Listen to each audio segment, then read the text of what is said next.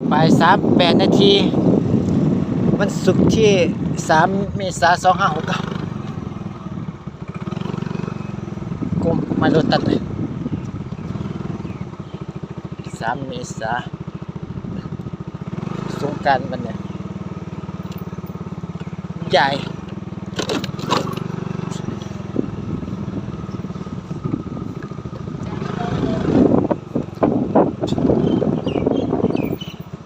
5 ดาวเปิดอยู่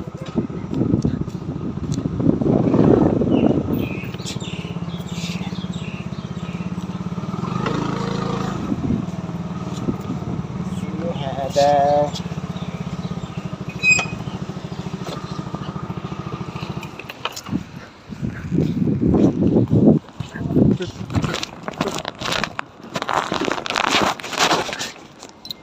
ไก่นี่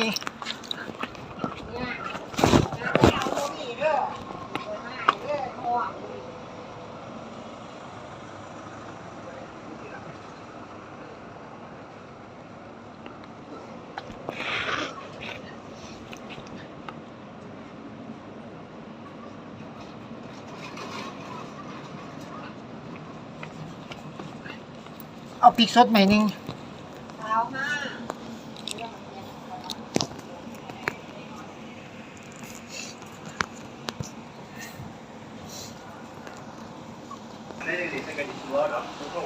ซื้อเลยเพิ่ม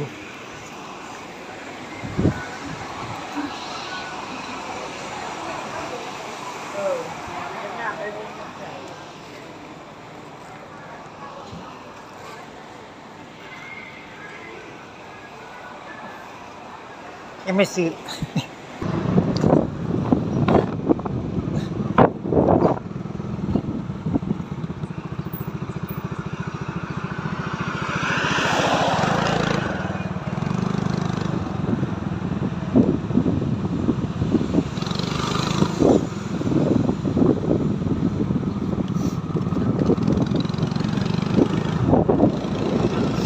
โอ้อันนี้ไม่ดี